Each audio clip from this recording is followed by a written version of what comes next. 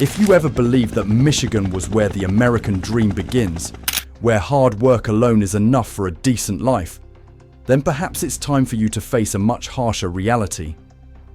Beneath the "Welcome to Detroit" signs, once a source of national pride, are thousands of people struggling to survive each day without even a roof over their heads.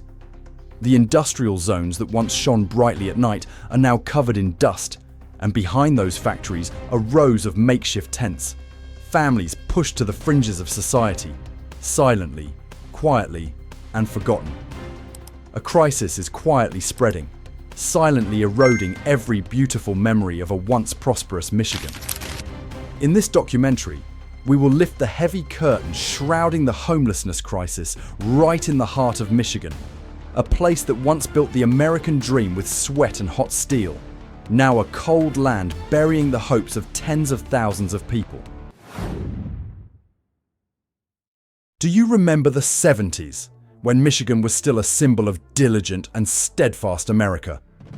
When Detroit was not just the motor city, but also the pride of the American working class, where a man with just a high school diploma and 2 diligent hands could buy a house, support a family, and send his children to college. They came to Michigan with hope, from Ohio, from Pennsylvania, from the old industrial lands. They found jobs in the factories of GM, Ford, Chrysler. They built their lives from steel, machine grease, and faith in a better future. That was once a dream come true, and Michigan was once where that dream began. But then, everything gradually changed. Not with the sound of collapse, but with a quiet decay. The factories are starting to close down. The automated production lines are gradually replacing hundreds of workers. The elderly, who rely on their pensions, can no longer afford to pay their electricity bills. Those things, which seemed like mere sad exceptions, are beginning to become a common reality. The so-called new normal for thousands of people who are quietly slipping away from what was once called home. The American dream in Michigan did not shatter overnight. It rots away day by day, like the peeling paint on the walls of an abandoned house, until the entire wall cracked, revealing the rotten core inside. According to the latest statistics, Michigan has more than 33,226 homeless people, the highest number in over a decade. But that's just the tip of the iceberg. Behind those soulless numbers are thousands of others living in cars, staying with friends, or rotating through cheap motels on the outskirts of the city. They are the ones living on the edge, not yet qualifying as homeless according to the administrative system. But they know well, the line between having a home and having nothing left is so thin. Just like that, each piece of life was being dismantled, not fast enough to cause an immediate collapse, but slow enough for society to lull itself into the illusion that everything is still fine, until everything gradually becomes too late. What makes this tragedy even more brutal is not just the rising numbers, but the decline of lives that were once intertwined with this city. When the demolition of a camp is considered an urban cleaning achievement, when a hot meal becomes a luxury privilege and the existence of those who once built the American economy is gradually swept away like trash on the roadside. The American dream hasn't exactly disappeared. It has just been pushed to the sidelines quietly and step by step. Each person left behind is a piece of that dream that has been lost, until they were left with only a freezing car, a tattered family photo, and another night not knowing where they would sleep. So how many more people have to lose their homes? How many more memories have to be swept away in the cold Michigan wind before we truly realize the severity of this crisis? Do you dare to believe it? In one of the once wealthiest states in America, which used to be the industrial heart of the entire nation, there are now people who have to live in coffins. Not an RV, not a new-style tiny house, just simple wooden boxes, less than 2 meters long, not knee-high. Inside, there is no water, no soundproofing, no toilet, just enough space to curl up like an immobile figure. People half-jokingly, half-seriously call them coffins for the living. But amidst the bone-chilling cold of Michigan, they are the last resort, or perhaps the final price to pay for a bit of privacy in a life with nothing left to hold onto. Dan is one of those people. He used to have a stable life, a job, a house, retirement plans. But now, Dan designs and lives in a cramper, a tiny house he built himself from recycled wood, with a small loft just big enough to lie down in, dim lights, a makeshift fireplace, and a coffee corner. For Dan, this 2-square-meter apartment is not just a shelter. It is a quiet declaration that he still has the right to exist in his own way. It's a little frosty in here, but it's not frosty to the point where you're going to die. And you would still choose that over at some of the shelters? Absolutely. Even though the cold could paralyze a person's life, Dan still chose to sleep in the small box he made himself, rather than crowd into the chaotic shelters, where the feeling of being human was sometimes exchanged for a hot meal. And of course, Dan is not alone. In Michigan, many formerly homeless people share that they feel invisible in the eyes of the community and are often asked to leave, even when they are just sleeping overnight in their cars. The truth is, when you live in a wooden box on wheels, the whole city sees you as a nuisance to be removed, not as a person in need of help. Perhaps the most ruthless thing is not poverty, but the feeling of being abandoned, being pushed aside as if their presence had never meant anything to this city. They once built Detroit, once worked in Flint, once paid taxes for Michigan, but now they live quietly like shadows in rolling boxes in the night, waiting to be pushed away once again. So if the very people who built Michigan, those who sweated for the American industry, paid their taxes, and were once our neighbors, colleagues, and friends, now have no place to rest their heads on a cold night, then how long will it be before their presence is considered worthy of preservation, instead of being erased like an ink stain on the map of urbanization? Welcome to Detroit. The faded sign still hangs at the city entrance, like a belated greeting from a dream that has gradually transformed into a nightmare. No longer are there crowds of people flocking to find jobs. No more lights from factories operating overnight. Detroit today is no longer the city of opportunity, but rather a place where opportunity has finally left, taking with it both hope and people.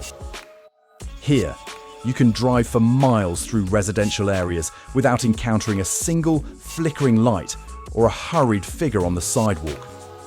No bustling street sounds, only eerie silences between closed houses, overgrown lawns, and dusty for sale signs.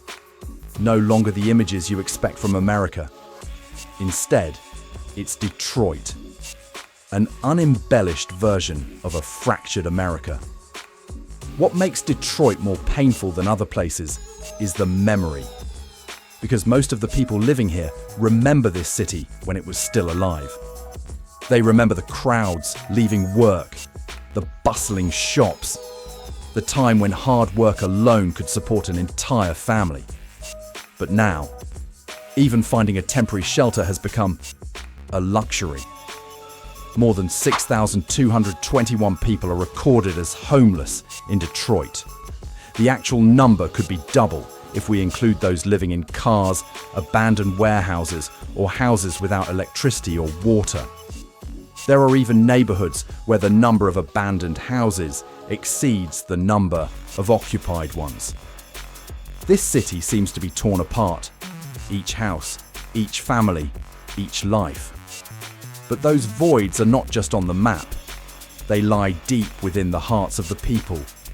Each house that turns off its lights, each family that leaves, is a crack that cannot be mended in the memories of those who once belonged to this place. A city not only loses its people, but also loses the sense of attachment, pride, and trust in the future. The scene of Detroit today resembles an old forgotten photograph, fading over time. But the most terrifying thing is not the crumbling houses or the sidewalks overgrown with weeds, but the people who still remain, still clinging on amidst the ruins. They are not here by choice, but because there is nowhere else to go, and their lives now have no light at the end of the tunnel. Only the darkness of oblivion remains. Detroit used to be a symbol of the American working class, a living testament to the promise that if you work hard, you will have a better life. But what happens when you've worked your whole life and end up in a rusted-out car under a cold tin roof, abandoned by the very system that once promised you? Ghost towns are not just historical relics of the Wild West.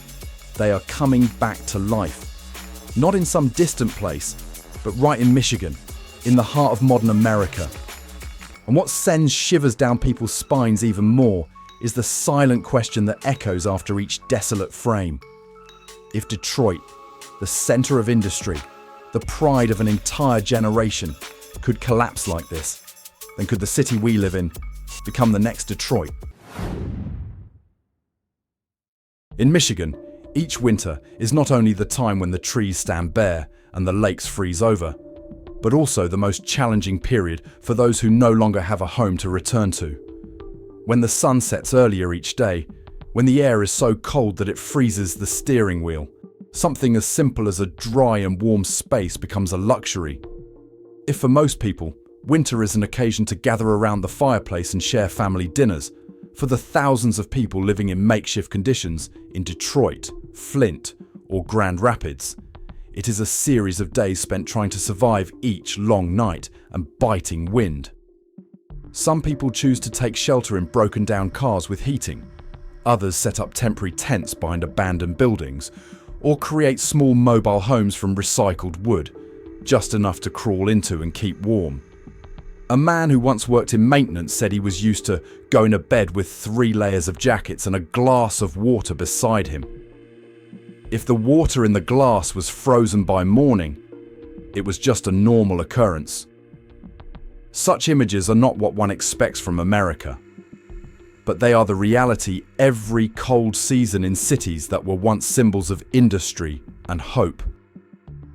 Statistics from community support organizations show that despite many efforts to expand winter shelters, these places quickly become overcrowded. Not everyone can find a safe place to stay each night. Many people have to stand and wait from the afternoon, while others choose to stay outside because they cannot endure the feeling of being cramped, lacking privacy and personal security in the temporary shelters. Especially for the elderly.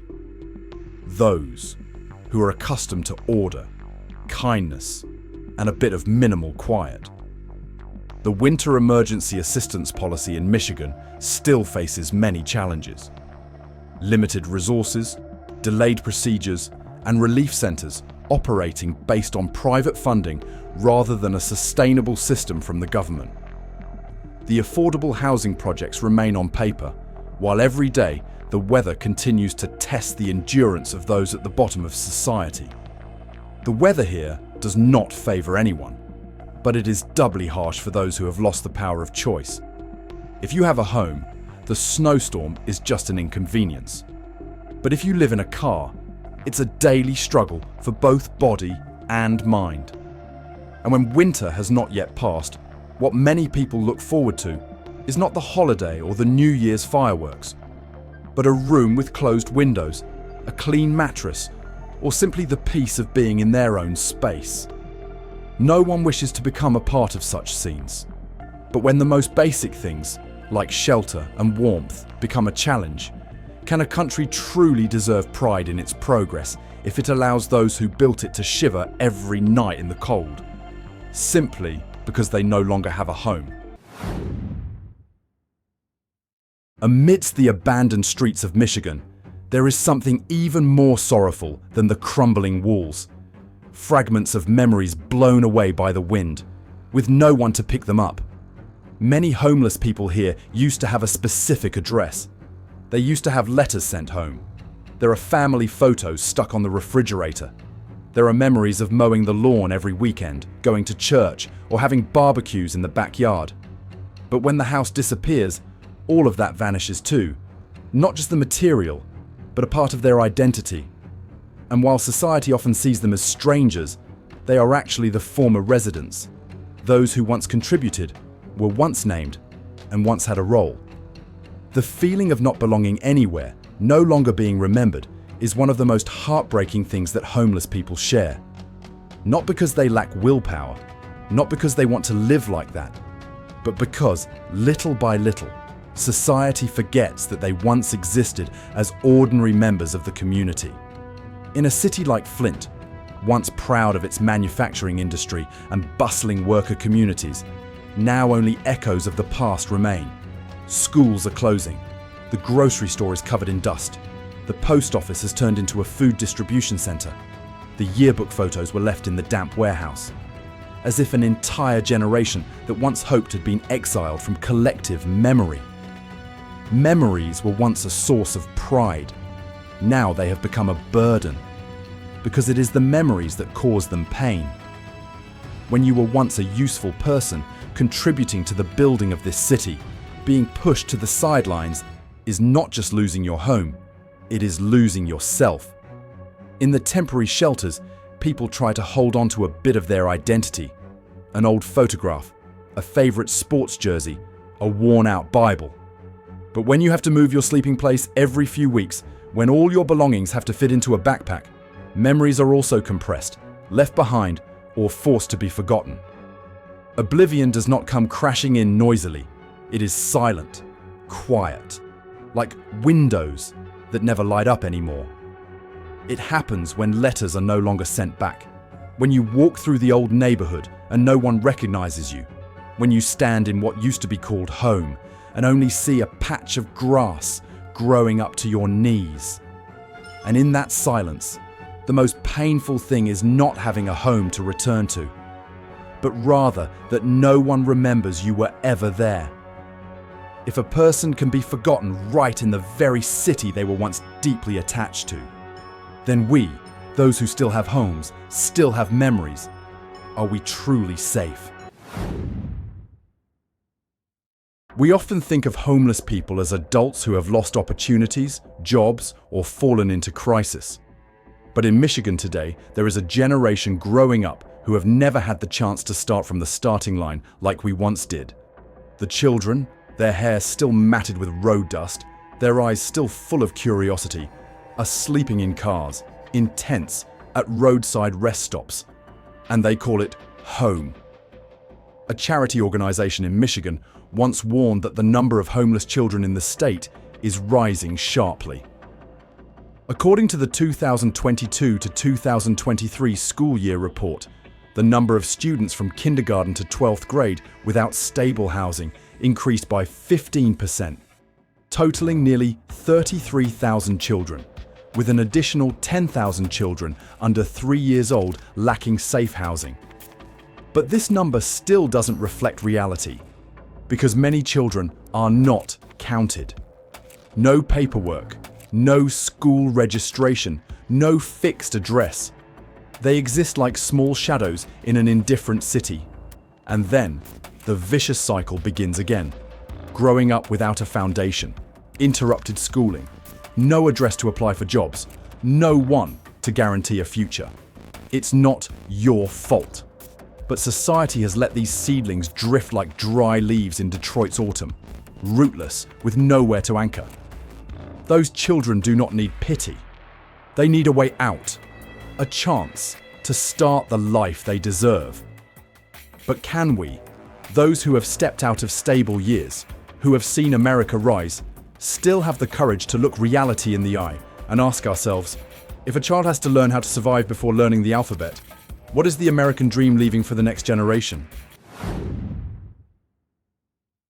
What makes the homelessness crisis in Michigan more severe is not just the weather, rental prices, or the abandoned streets, but it lies within the very cracks of the system, where it should protect the people, but sometimes becomes an invisible barrier, pushing them out of stable lives. Imagine this. You just lost your job, your savings are running out, and you can't afford to pay the rent.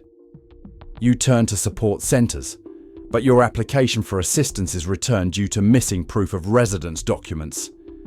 Ironically, you need a new address to receive support, while what you actually need is a roof over your head. Many people recount that they have called dozens of places, filled out dozens of forms, and lined up since 4 a.m. to get a spot in the shelter, only to hear the response, "We are fully booked." A few people tried to linger at the door, hoping to be allowed to sleep on the doorstep, but were asked to leave by the security guard due to security regulations. No place is at fault, but everywhere is closed. Even the housing support programs, which have been heavily promoted, cannot reach most of the people in need. The waiting list stretches for many years. The subsidy fund has been cut, and some people, just because they have an income above the absolute poverty level of a few $100s a month, have been excluded from receiving assistance. And while the system is still struggling with beautiful reports, real people, from the elderly to the young, continue to live in an unrecognized state of emergency. There is no line in the budget for the feeling of being abandoned.